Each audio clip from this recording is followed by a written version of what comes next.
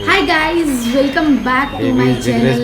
I am doctor Ankita और आपका स्वागत है मेरे चैनल पे एक नई वीडियो के साथ। So from last few days I am watching that my viewers are liking my videos on the neonatal cares and delivery after delivery cares of the baby.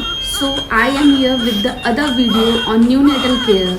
Neonatal baby care के बारे में बताने से पहले मैं आपको कुछ बताना चाहती हूँ कि हम बहुत सुनते हैं कि ड्यूरिंग प्रेगनेंसी एक वुमेन का कैसे केयर करते हैं, ड्यूरिंग प्रेगनेंसी उनके क्या मेडिकेशंस होते हैं और क्या क्या उनके टेस्ट होते हैं। सो ड्यूरिंग प्रेगनेंसी 3 यूएसजी होते हैं ताकि हम देख पाएँ कि उसके अंदर किसी तरीके का सिंड्रोम नहीं है। मेंटल रिटार्डेशन के लिए चेक करते हैं या किसी तरीके के डिसएबनॉर्मलिटी के साथ तो बच्चा पैदा नहीं हो रहा है। लेकिन ये सब सारे सही होने के बाद आफ्टर डिलीवरी क्या क्या उनके केयर्स होते हैं और क्या क्या उनकी केयर करने के बाद उनको मदर को दिया जाता है फीडिंग के लिए, वो मैं आपको आज बताने वाली हूँ। So let's move to the topic care of the normal newborn baby. सबसे पहले हम बात करेंगे केयर एट द बर्थ।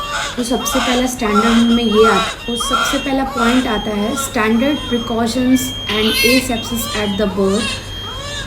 में हम देखते हैं कि पीडियाट्रिक्स के या जो उसकी केयर कर रहे हैं उसका हाथ क्लीन हो, क्लीन सरफेस हो, क्लीन ब्लेड हो, क्लीन टाई हो, क्लीन हैंड्स हो, इस चीज़ का हम प्रॉपर ध्यान रखते हैं। उसके बाद से हम सेकंड पॉइंट पे आते हैं। सो सेकंड पॉइंट है prevention and management of hypothermia.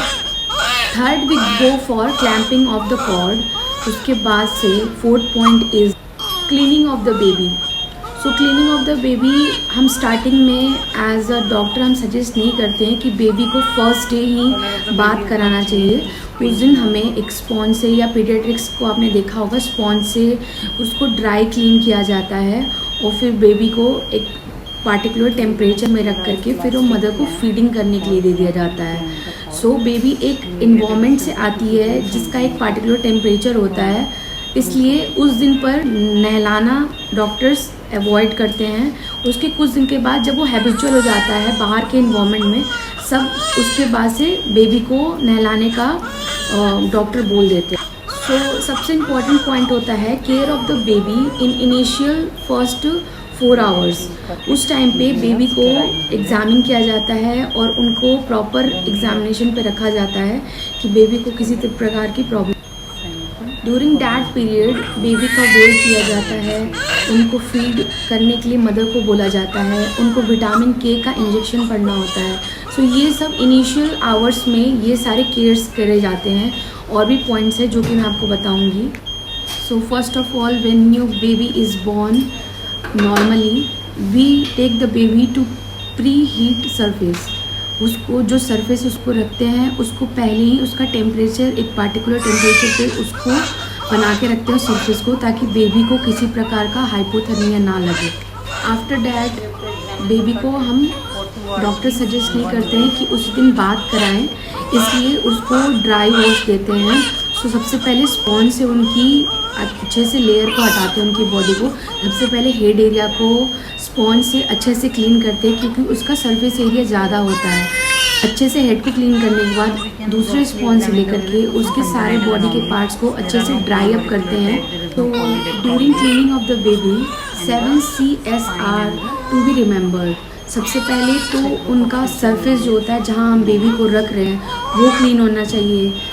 जो डॉक्टर या पीडियाट्रिक्स उनको क्लीन कर रहे हैं उनके हैंड्स क्लीन होने चाहिए। जो कॉर्ड कट कर रहे हैं हम वो क्लीन होनी चाहिए, कॉर्ड टाई क्लीन होनी चाहिए, स्टम्प क्लीन होनी चाहिए।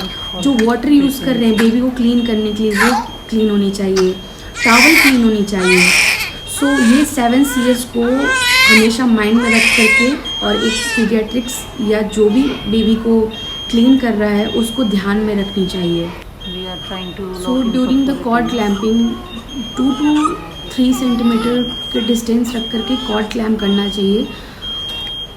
Then you can cut it using a sterile blade, और वैसे ही होता है वो भी क्लीन होनी चाहिए। स्टेराइल ब्लेड से फिर कॉर्ड को क्लैम्प कर दिया जाता है। After cord clamping manual examination is necessary. So manual examination is done by the pediatrics. So सबसे पहले उसके चेस्ट को, उसके एयरवे देखना जाया जाता है। So there is a rule of ABC: airway, breathing and circulation. These three things are important for the examination of the baby. उसके बाद बेबी को एग्जामिन करने के लिए तो इन तीनों को पहले हम चेक करते हैं कि एयरवे उसकी सही है बच्चे की, ब्रीदिंग उसकी सही है, उसका सर्कुलेशन सही चल रहा है, उसकी हार्ट बीट सही चल रही है। उसके बाद मैनुअल एग्जामिनेशन करते हैं उसके हर एक बॉडी पार्ट्स का फ्रॉम हेड टू टो।